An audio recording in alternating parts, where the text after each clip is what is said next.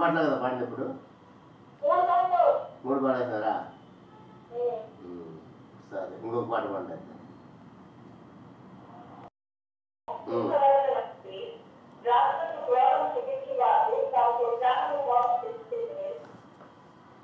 కలహమునకు దూరముగా ఉండట నరులకు ఘనత, మూర్ఖుడైన ప్రతి వాడును కోరినే కోరును.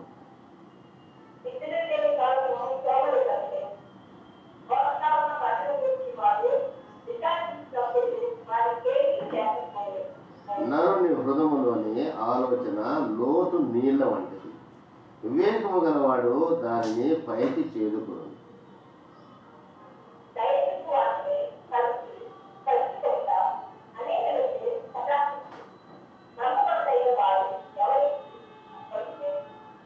యథార్థవంతుడగు నీతిమంతుని పిల్లలు వాని తదనంతరము ధన్యులవుదురు.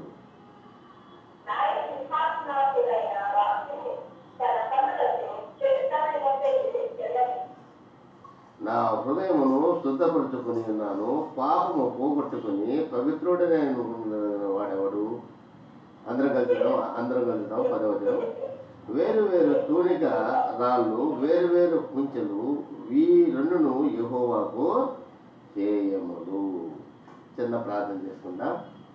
మహాపరిశుద్ధుడైన పరలోకపు తండ్రి, మహోన్నతుడ, సర్వాధికారి, జీవము గల దేవ, జీవాధిపతి అయా, మరొకసారి మీ సన్నిధానంలో ఈ యొక్క వాక్యాన్ని మేము ధ్యానించబోతుగా సామెతల గ్రంథం 20వ అధ్యాయం 1 నుంచి 10వ వరకు మేము ధ్యానించబోగా అందులోని మర్మమును మాకు తెచ్చేయమని కోరుతున్నాం తండ్రి. అలాగే వినువారికి గ్రహింపు కలిగి చేయండి, బుద్ధంలో భద్రపరుచుకొని మీరు ఈరోజు మాతో ఏమి మాట్లాడుతున్నారో వాటిని మా యొక్క నిజ జీవితంలో మేము వాటిని అనుసరించే విధానానికి తగిన శక్తిని, జ్ఞానాన్ని దయచేయమని నజరేయుడైన యేసుక్రీస్తు అతి పరిశుద్ధ నామమున వేడుకుంటున్నాం తండ్రి. ఆమేన్. ఎంతమంది వచ్చారమ్మా? ఇంకొక రావాలనా? ఊరికి వల్ల ఇంకొక రావాలనా? ఎవరో సరే ఇంకొకరా? సరే సరే సరే. ద్రాక్షారసము వెక్కిరంతలా పాలు చేయను. మొదటి వచనమ్మా. ద్రాక్షారసము వెక్కిరంతలా పాలు చేయను, మద్యము అల్లరి పుట్టించును, దాని వశమైన వారందరూ జ్ఞానము లేనివారు. మన వాక్యం ఏం చెప్పినాను నేను? మద్యపానము ఇవ్వచ్చు అని చెప్పినానా? ఎవరు వచ్చినారు? మన వచనానికి ఎవరున్నారు?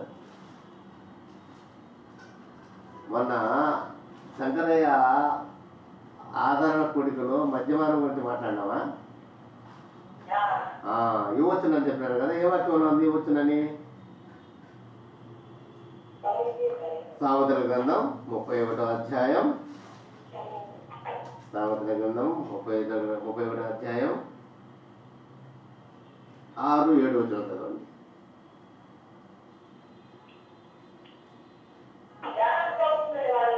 ప్రాణము పోగొట్టున్న వానికి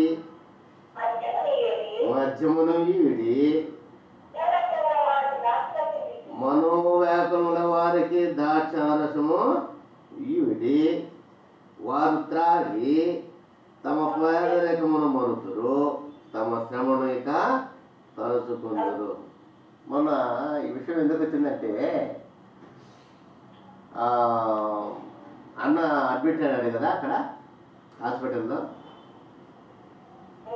ఎక్కడ? బాలరాజు హాస్పిటల్ అడ్మిట్ అయినాడు. అక్కడి నుంచి రాజపాటి తీసుకొచ్చి నేను గంగమ్మకి చెప్తాను. గంగమ్మ చెప్తామంటే, ఇప్పుడు అన్న ఆరోగ్యం బాగలేదు, ఒక మాస్పాస్ అనే ఒక బ్రాండ్ ఉంటుంది అనమాట. మాస్పాస్ అని ఈ ఎక్కువ షుగర్ ఉండే వాళ్ళకు మిలిటరీలో కొంచెం కొంచెం ఇస్తారనమాట. అది వినపస్తుందా? కొంచెం కొంచెం ఇస్తారు మిలిటరీలో. ఎవరైనా గాయపడి లేకపోతే ఇంకా చచ్చిపోయే స్థితిలో, లేకపోతే ఇంకా ఎక్కువ షుగర్ లెవెల్ వచ్చి చనిపోయే స్థితిలో ఉండే వాళ్ళకు ఇది ఇస్తారనమాట. అప్పుడు నేను బైబిల్ గ్రంథాన్ని చూసినప్పుడు ఇది తప్పు కదా వీళ్ళు ఇచ్చారంటే, అట్లా చూసినట్లయితే డాక్టర్లు ఏం చెప్తారంటే, మనం తినే అన్నంలో కూడా ఈ మత్తు ఉందంట. తెలుసా విషయం? అది మనం తింటాం కదా అన్నము, చికెను, మటన్ ఇవన్నీ, వాటిలో ఏముంది? మద్యం ఉంది. మద్యం అంటే మత్తు. జాస్తి తిను, చల్లగా నిద్రపోతాం. లేకపోతే వల్ల ఇక ఉండదు కదా. అందుకని మనం ఈ తాగి వాళ్ళని చూసినట్టు కుష్టి రోగులు మారి చూడడం అవసరం లేదు.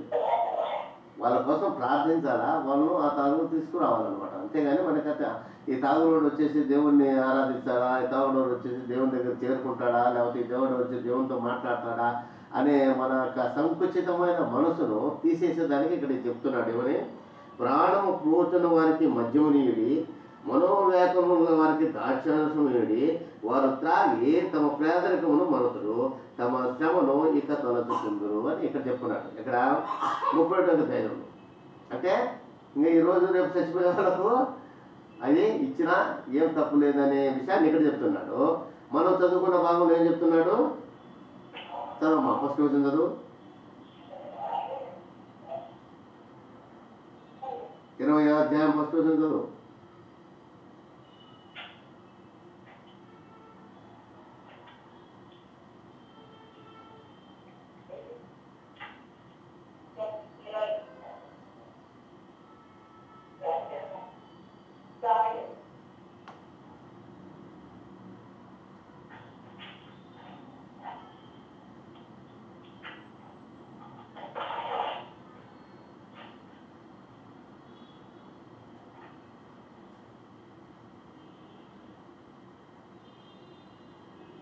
చదవరా? ఎవరు చదవరా? చదివా నేనే. 20వ అధ్యాయం 1వ వచనం సామెతల గ్రంథం. ద్రాక్షరసము వెక్కిరింతల పాలు చేయను, మద్యము అల్లరి పుట్టించును, దాని వశమైన వారందరూ జ్ఞానము లేదు. ఇక్కడ ఈ వాక్యానికి ఆ వాక్యానికి ఏంటి డిఫరెన్స్? ఇది తాగి తందనాన్ని అర్థాలు చూసినావా? ఈదుల్లో పడి తాగి తందనాన్ని అర్థాలు వేరే వేరే మాట్లాడుతూ చూసారా? వారి కొరకు ఈ వాక్యం రాశారు, అక్కడ ప్రాణం పోయే వారి కొరకు ఆ వాక్యం రాశారు. అంటే ఈ బైబుల్ అనేది 2 అంచుల ఖడ్గం. ఈ బైబుల్ వచ్చేసి ఎవరు తప్పు పట్టలేరు. అది ఇక్కడ రాశాడే, ఇది ఎక్కడ రాశాడని. ఇప్పుడు లోతు కూతుర్లు ఏం చేశారు? లోతు కూతుర్లు ఇద్దరు లోతు ఏం చేశారు? పాపం చేశారు. ఎందుకు చేశారు? నెక్స్ట్ సంతానం లేదని తండ్రితోనే కూతుర్లు ఇద్దరు పాపం చేసి గర్భం ధరించి సంతానాన్ని ఉత్పత్తి చేశారు కదా. అది పట్టుకొని ఇది అట్ట చేశారు బైబుల్లో, ఇది ఇట్లా చేశారంటే దానికి ఒక రీజన్ ఉందన్నమాట. ఎక్కడైనా బైబుల్ తప్పు కాదు. బైబుల్ వచ్చేసి చెప్పేది ఉన్నట్టు చెప్పేసింది. యథార్థంగా ఏమి జరుగుతుందో అది చెప్తుంది. నిన్న మన ద్వారక అన్నం చేసి వచ్చింది ఇంట్లో కదా. ద్వారక అన్నం చేసి వచ్చింది. పేతురు తినలేకపోతున్నాడు. చేసిన అన్నాన్ని తినలేకపోతున్నాడు. ఆయనకు ఏం వాక్యం చెప్తుందో ఇక్కడ చూడండి. అదే 19వ అధ్యాయం 24వ వచనం రాయండి. 24వ వచనం చదవండి. 19వ అధ్యాయం 24వ వచనం. అదే సామెతల గ్రంథం. చదువుమా, ద్వారక నువ్వే చదువు. సో మరి పాత్రలో చెయ్యి ముంచునే కానీ తన నోటికి దాన్ని తిరిగి ఎత్తాడు. ఇంకొక ఎత్తాడు పైకి. స్వాములు ఏం చేస్తారు? బాగా వండిన కూర అన్నము గిన్నెలో పెడితే అది చెయ్యి ముంచుతాడు దాంట్లో. ఇంక తీసుకుపోయి దానికి వాడికి స్వాగతం నోట్లోకి ఆ చెయ్యి ఎత్తుకొని పోయి వాడి నోట్లో పెట్టాలి. ఎట్లుంది పరిస్థితి?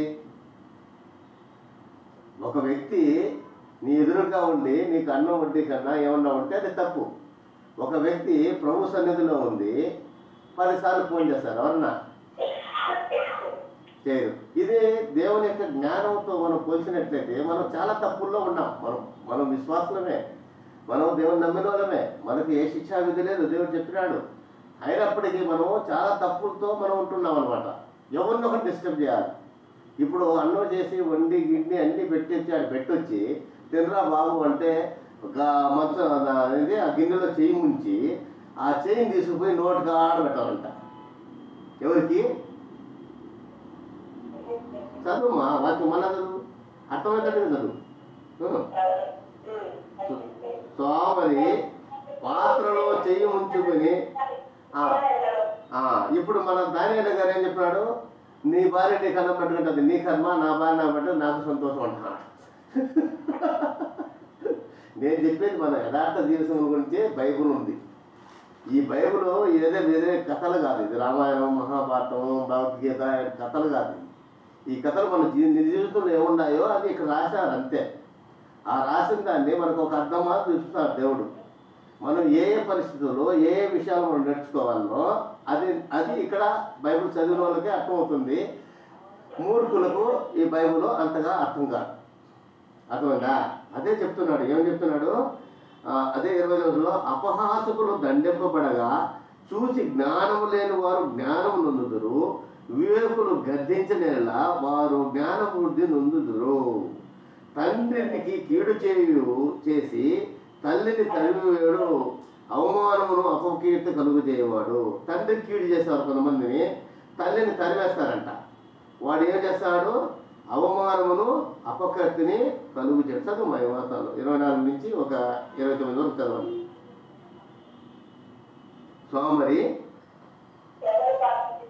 పాత్రలో చెయ్యి ముంచునే కానీ తన నోటికి దాన్ని తిరిగి నెత్తనేను ఎత్తడు. ఇంకొకరు ఎత్తి ఆ ముద్ద నోట్లో పెట్టాలా. అపహాసులు దండింపబడగా చూచి జ్ఞానం లేని వారు జ్ఞానం నొందుదురు. అపహాసకులను దండింపబడగా, అపహాసులు ఆహాహాహా నవ్వుకుంటారు వాళ్ళ గురించి ఇది గురించి. వాళ్ళని దండిస్తూ ఉంటే ఎవరు చూస్తారంట? జ్ఞానం లేని వారు. జ్ఞానం లేని వారు చూసినా కానీ వాళ్ళకి జ్ఞానం వస్తారంట. వివేకులను గద్దించిన వారు జ్ఞానాభివృద్ధి నొందుదురు. వివేకులు అంటే మంచి తెలుగు వాళ్ళని గద్దించినామనుకో వాళ్ళు ఇంకా జ్ఞానం చూస్తున్నారు, ఇంకా జ్ఞానం వాళ్ళకు వస్తుందంట. తండ్రికి కీడు చేసి తల్లిని తరిమివేవాడు, అవమానమును అపకీర్తిని కలుగు చేయవాడు. తండ్రికి కీడు చేస్తాడు ఒకటి, మళ్ళీ తల్లినిగా తరివేస్తారు. తండ్రి జోబుల్లోంచి పాకెట్లో డబ్బులు కొట్టేసి వేరే వేరే జలసాలు చేసుకుంటారు. మన చిన్న కుమారుడు చూసినావా? ఏం చేశాడు చిన్న కుమారుడు? తండ్రి బతుకున్నప్పుడే ఆస్తి అడిగినాడు.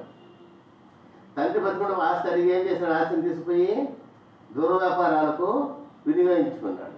దుర్వ్యాపారం వినియోగించుకొని ఏం చేశాడు? ఆస్తిని నష్టపరుచుకున్నాడు. ఆస్తి నష్టం ఏం చేసుకున్నాడు? పత్తి పుట్టు తిన్నాడు. ఇప్పుడు తండ్రికి ఏం చేసినాడు? కీడు చేసినాడు. తండ్రి ఆస్తి దగ్గర తండ్రి ఉంటుంటే వాడిని అట్టొకటి చేసి వాడి పెద్దవాడిని చేసి ఏదో చేసి ఆ తండ్రి ఆస్తి పోగొట్టాడు. ఓకే, మన దేవుడు కరుణామయుడు కాబట్టి మళ్ళీ ఆ తండ్రి దగ్గరకు వచ్చాడు, మా పురుషుడు, అది వేరే విషయం. రెండో విషయం ఏంటంటే ఇంకా తల్లిని తరివేసినాడు. ఎవరు తల్లిని తరివేసినాడు? బైబిల్ గ్రంథంలో తల్లిని ఎవరు మా తరివేసిందే?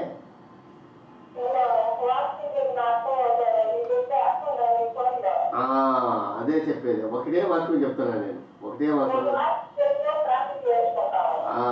రెండు వాక్యాలే చెప్తానండి చెప్పేది. ఒకటి మొదటి వాక్యం దాచారసం గురించి చెప్పిన,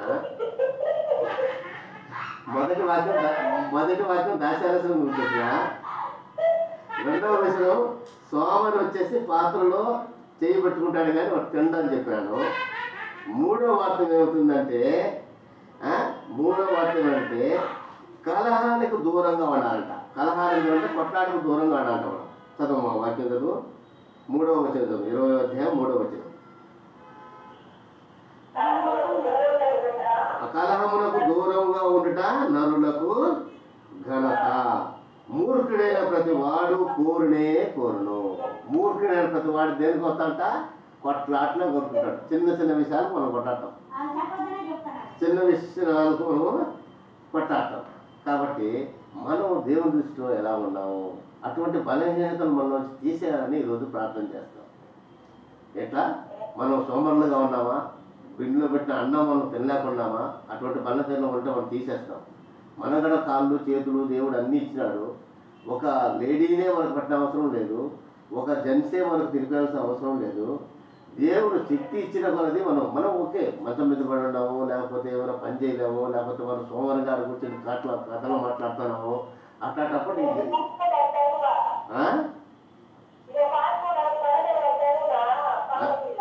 అదే చెప్తున్నాను విషయం. అందువల్ల వచ్చేసి ఇంకొక విషయం ఏంటంటే, ఇంకొక విషయము, నమ్మదగిన వాడు ఎవరికి కనపడాడంట. చదువు, అది 6వ వచనం చదువు. 6వ వచనం చదువు. 6వ వచనం చూడు. దయ చూపువానిని కలిసికొనుట అనేకులకు నటించును. నమ్మదగిన వాడు ఎవరికి కనపడరు. దీని అర్థం ఏంటంటే, దయ చూపు వారిని కలుసుకున్నట అనేకులకు తటస్థించును. కొనదగిన వాడు ఎవరికి కనపడడు. నువ్వు దయ చూపినావు అనుకో, ఎంతమంది అయినా నీ దగ్గర మన ప్రభు అయిన యేసుక్రీస్తు మనకు దయ చూపినాడు కాబట్టి మనం ఆయన దగ్గర ఉన్నాం. మన ప్రభు అయిన యేసుక్రీస్తు మనకు దయ చూపినాడు కాబట్టి మనం ఆయన దగ్గర ఉన్నాము, ఆయన కడుపుతాము. నమ్మకం లేని సాతానుకు ఎంతోమంది బలి అవుతున్నారు. నమ్మకం లేని సాతానుకు ఎంతో బలి అవుతున్నారు. వారి కొరకు కూడా మనము ఏం చేయాలి? ఈరోజు ప్రార్థన చేయాలంటున్నారు. వాళ్ళ కోసం కూడా మనం ఈరోజు ఉపవసించి ప్రార్థన చేయాలంటున్నాం. ఇంకొక విషయం చూసినట్లయితే మనము ఇదే 20వ అధ్యాయంలో ఒక గొప్ప విషయాన్ని మనకు దేవుడు ఈరోజు నీతో నాతో అనుసరిస్తాడు. ఇదే 20వ అధ్యాయంలో ఒక గొప్ప విషయం ఏంటంటే, ఆలోచిస్తారంటే కాపురమున తండ్రికి కీడుకు ప్రతి కీడు చేసు. 22వ వచనం చూడాలమ్మా.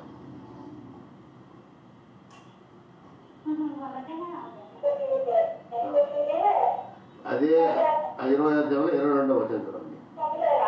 22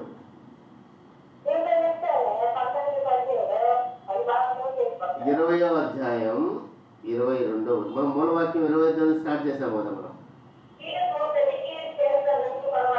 కీడుకు ప్రతి కీడు చేసుకొనకూడదు, యెహోవా కొరకు కనిపెట్టుకొనుము, ఆయన నిన్ను రక్షించును. మనం కీడు చేసే వాళ్ళకి ప్రతి కీడు చేయబడ్డాలి. మనలో ఎంతమందిలో ఆ వీక్నెస్ ఉంది, బలహీనత ఉందో మనం ఈరోజు దాన్ని ప్రార్థనలో పెట్టాం. కీడుకు ప్రతి కీడు చేసుకునవద్దు, యెహోవా వరకు కనిపెట్టుకొనుము, ఆయన నిన్ను ఏం చేస్తాడు? మా రక్షిస్తాడు. చదువుతారు కానీ మళ్ళీ చెప్పలేదు. కీడుకు ప్రతి కీడు చేసుకునవద్దు, యెహోవా కొరకు కనిపెట్టుకొనుము, ఆయన నిన్ను రక్షించును. కొనేవాడు ఏమంటాడు? ఒక వస్తువు కొనాలనుకో, మనం ఒక పొట్టెల్లో దేన్నో కొనాలంటే కొనేవాడు ఏమంటాడు? ఇది జబ్బుది, అది జబ్బుది, ఇది నేను కొన్ను, ఇది ఇంత వెలకెత్తేస్తాను అంటాడు కదా. కానీ అవతల పోయి దాన్ని ఏమో చేస్తా అంటాడు? మంచిది రాదే, మెచ్చుకుంటామంటాడు. అది ఆ వాక్యం ఒకసారి 14వ వచనం చదవండి ఒకసారి. అదే 20వ అధ్యాయంలో 14వ వచనం. నేను 20వ అధ్యాయం గురించే మాట్లాడతాను, మీకు అక్కడక్కడ చెప్పలా నేను. 14వ వచనం అమ్మా.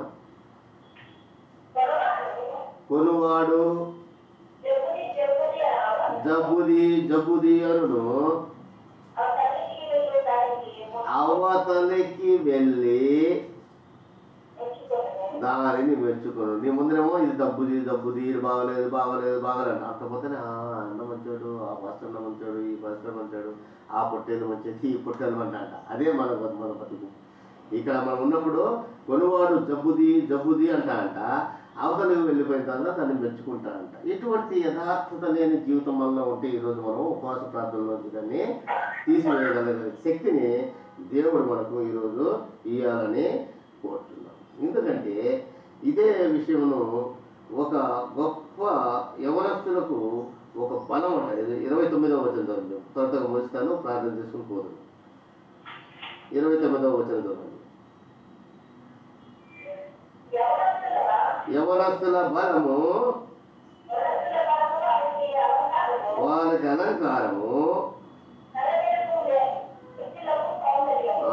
తల నెరుపు వృద్ధులకు సముద్రము. మనం అట్లనే తల నెరిస్తేనే వెంటనే కలర్ వేసేస్తాం, ఎందుగా కనపరావాలని. కానీ దేవుడు చెప్తున్నాడు, తల నెరుపు వృద్ధులకు సౌందర్యం అంట. మనము కలర్ వేసేస్తాం, నువ్వు వేస్తావు, నేను వేస్తాను, ఎవరు వేస్తావు తెలుసు, కానీ కలర్ వేసేస్తాం. ఎందుకంటే మనం యంగ్గా కనపరావాలి. కానీ దేవుడి విషయంలో ఏమంటున్నాడు? యవనస్తుల బలము వారికి అలంకారం. యవనస్తులు ఎట్టుంటారు? ఎక్సర్సైజ్ చేస్తారు, కసరత్తు చేస్తారు, కుస్తీ చేస్తారు, వాళ్ళ కండలు తిరిగి ఉంటాయి కాబట్టి వాళ్ళకు ఏంటి అది అలంకారం. ఈ ముసలోళ్ళు కూడా ఆ మాదిరి ఉండాలని ఏం చేస్తారు? కలర్ వేసుకుంటారు. ఈ తలనెరుపు వృద్ధులకు సౌందర్యము అంటే దేవుడు ఇచ్చిన వృద్ధులకు అంటే ముసలోళ్ళకు ఇది సౌందర్యం అంట. ఆ సౌందర్యాన్ని మనం తీసేస్తాం మన ఇష్టాన్ని మన చేతులతో. కానీ దేవుడు చేసిన ఈ సామెతల గ్రంథంలో చూసినట్లయితే చాలా విషయాలు మనకు మన జీవితానికి చాలా అనుగుణంగా ఉన్నాయి. అందువల్ల మీరు సామెతల గ్రంథంలో ఒక సంవత్సరంలో 2 సార్లు 3 సార్లు చదవాలి. 2 సార్లు 3 సార్లు చదవాలా.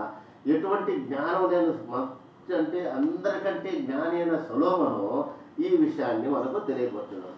అంటికంటే జ్ఞానం గల సొలొమోను రాజు ఏం చెప్పాడంటే ప్రసంగిలో ఒక విషయాన్ని మనకు స్పష్టంగా చెప్తున్నాడు. చూడండి, ప్రసంగి గ్రంథం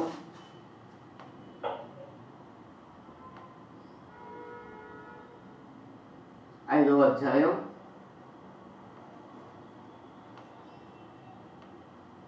5వ అధ్యాయం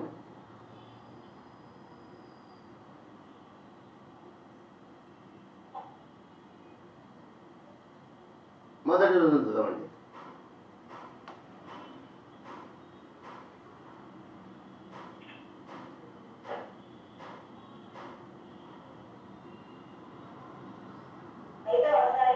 మొదటి వచనం, నీవు దేవుని మందిరమునకు పోవునప్పుడు నీ ప్రవర్తన జాగ్రత్తగా చూసుకొనుము. బుద్ధిహీనులు అర్పించున్నట్లుగా బలి అర్పించుట కంటే సమీపించి ఆలకించుట శ్రేష్టము. దీని అర్థం ఏమంటే నీవు నీ దేవుని మందిరమునకు పోయినప్పుడు నా ప్రవర్తన నీ ప్రవర్తన జాగ్రత్తగా చూసుకోవాలట. మనం ఏ స్థితిలో ఉన్నామో మనకు తెలిసిపోతుంది. ఎందుకంటే పరిశుద్ధాత్మ దేవుడిలో మనం బాప్తిసం పొందున్నాము, పరిశుద్ధాత్మ దేవుని మనం విశ్వసిస్తున్నాము. మన ప్రవర్తన ఎలా ఉందో మనకే చెప్తూ ఉంటాడు దేవుడు. మన ప్రవర్తన ఎలా ఉందో మనకే చెప్తుంటాడు. దాన్ని జాగ్రత్తగా చూసుకోమంటాడు. దాన్ని ఎలా జాగ్రత్తగా చూసుకో. నీవు దేవుని మందిరమునకు పోయినప్పుడు నీ ప్రవర్తన నా ప్రవర్తన జాగ్రత్తగా చూసుకుంటాము. అటువంటి శక్తి మనకు లేదు. ఎందుకు అటువంటి శక్తి మనలో లేదు? గలతీయులకు రాసిన పత్రిక 5వ అధ్యాయం 17వ వచనం. గలతీయులకు రాసిన పత్రిక 5వ అధ్యాయం 17వ వచనం.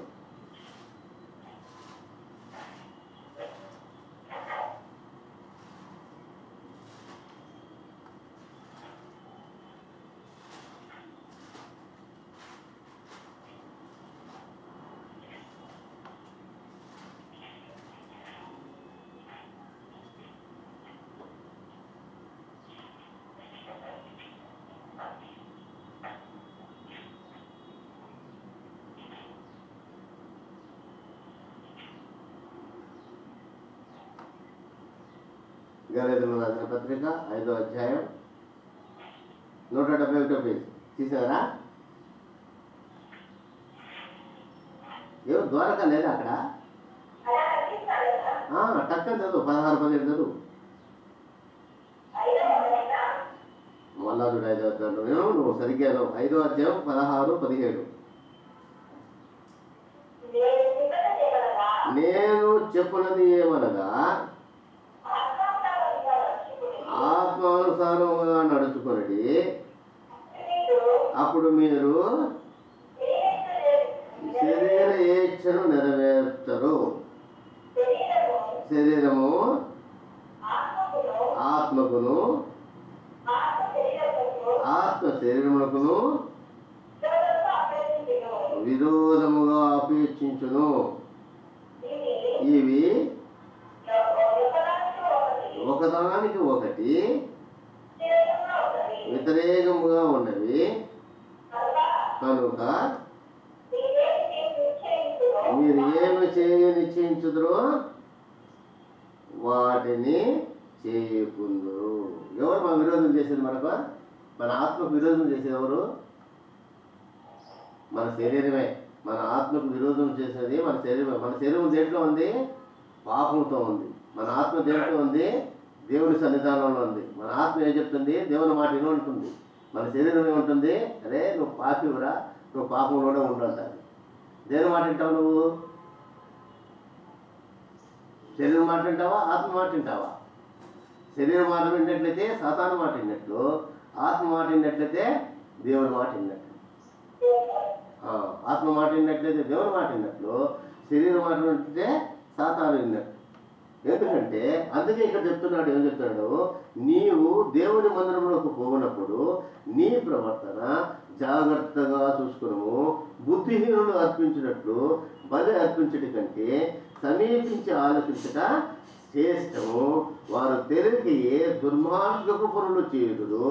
నీవు దేవుని సన్నిధానంలో అనాలోచనగా పలుకుట నీ హృదయమును త్వరపడనీక నీ నోటిని కాసుకుము. దేవుడు ఆకాశమందున్నాడు, నీవు భూమి మీద ఉన్నావు. కావాలి నీ మాటలు కొద్దిగా ఉండవలను.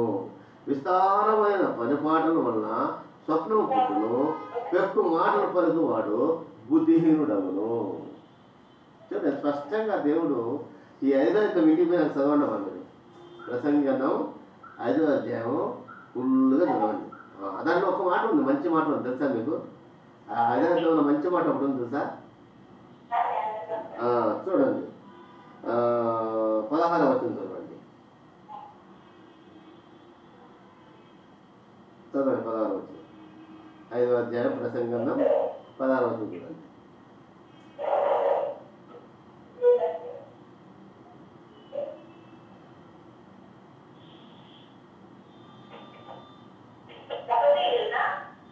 ప్రసంగి గ్రంథం 5వ అధ్యాయం నేను చదివిన 5 వరకు, దాంట్లోనే 16వ వచనం చదవండి. వినపడాలి, మీరు మధ్యలో పెట్టుకోలేదా ఫోను? Right, okay. దాన్ని కూడా శరీరం రాసి ఉండాలి.